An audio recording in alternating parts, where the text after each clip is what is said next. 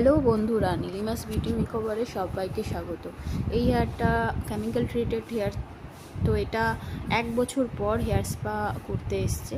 তো দেখো, চুলটা খুব বেশি কিন্তু খারাপ হয়নি, হেলদি আছে। আর ওপরের পোর্শনটা চুলটা বেঁধে বেঁধে ওই জায়গাটাও ওই রকম করে ফেলেছে, কিন্তু হেয়ারটা খুবই হেলদি আছে, ভালো আছে। 1 বছর পর হেয়ার স্পা করার পরেও চুল এত ভালো আছে। আগের হেয়ারটা যদি তোমরা দেখতে তাহলে বুঝতে পারতে যে কেমন ছিল, কেমন হয়েছে। তো হেয়ার স্পায়ের অফার চলছে বলে সবাই কিন্তু হেয়ার স্পা করছে। যারা যারা করাতে চাইছো এখনই করে নাও, পরে করলে কিন্তু অফার কেউ পাবে না। আর যারা যারা দেখছো তারা একটু ভিডিওটা শেয়ার করে দিও।